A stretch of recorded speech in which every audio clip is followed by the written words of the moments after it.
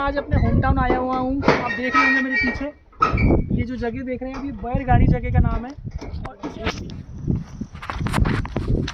आइए दोस्तों, मैं आप लोगों को दिखाता हूँ यहाँ की जो नदी है, आंधी खोला नदी इसको कहा जाता है। बहुत ही अद्भुत ये दृश्य होगा आप लोगों के लिए, देखिए।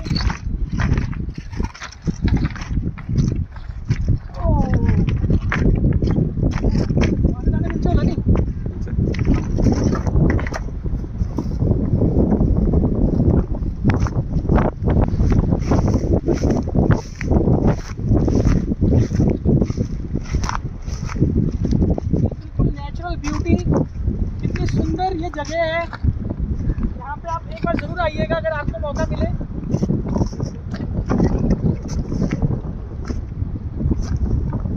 तो बीच में जाने का मन कर रहा है, बट बीच में नहीं जा पाएंगे। यहीं से थोड़ा सा पानी से खेल लेते हैं।